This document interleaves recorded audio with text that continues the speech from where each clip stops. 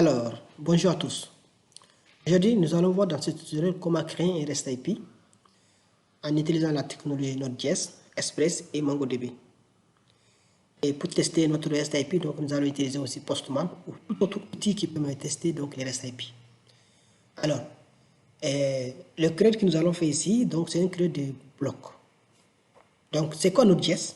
Node.js, c'est un environnement d'exécution open source, multiplateforme basé sur les moteurs JavaScript V8 de Chrome pour exécuter du code JavaScript en dehors du navigateur.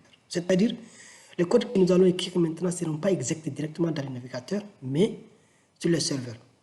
Et le serveur ici, en l'occurrence, c'est Express.js, qui est un framework d'application web léger pour Node.js, utilisé pour créer maintenant le back-end d'une application web est relativement simple et facile. Donc ici, ce que nous allons faire, donc nous allons créer une application simple, CRUD, qui permet de gérer tout simplement donc, les postes d'un bloc. Pour pouvoir stocker nos données, donc nous allons avoir besoin d'une base de données, donc nous allons utiliser MongoDB. MongoDB, c'est une base de données non SQL, open source, orientée document, et elle est l'une des bases de données les plus populaires en ce moment. NoSQL signifie tout simplement une base de données non relationnelle. C'est-à-dire que la base de données relationnelle, c'est-à-dire c'est comme MySQL. Il n'est pas comme MySQL. C'est-à-dire qu'il n'y a pas de structure de base de données relationnelle de type table. À la place, donc, ici, il y a un mécanisme totalement différent pour pouvoir stocker les données et récupérer les données. Donc, ce format, donc, en général, c'est un format BISO. Et il est très similaire aussi à JSON. Donc, c'est une collection voilà, d'objets.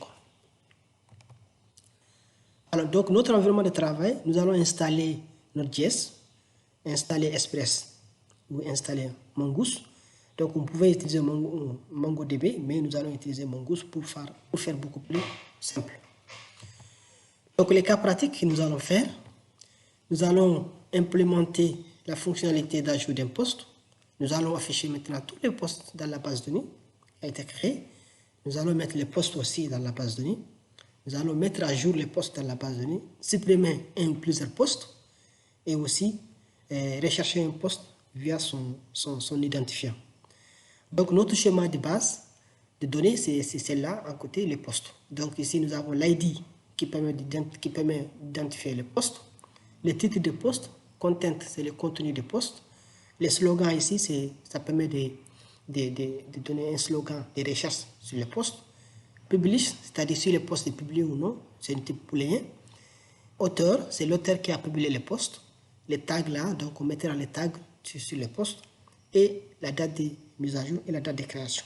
Ainsi que les différentes fonctionnalités que nous allons déjà citer à ce niveau-là. Donc pour plus de ressources, pour pouvoir suivre maintenant, donc vous pouvez consulter maintenant ces différents liens.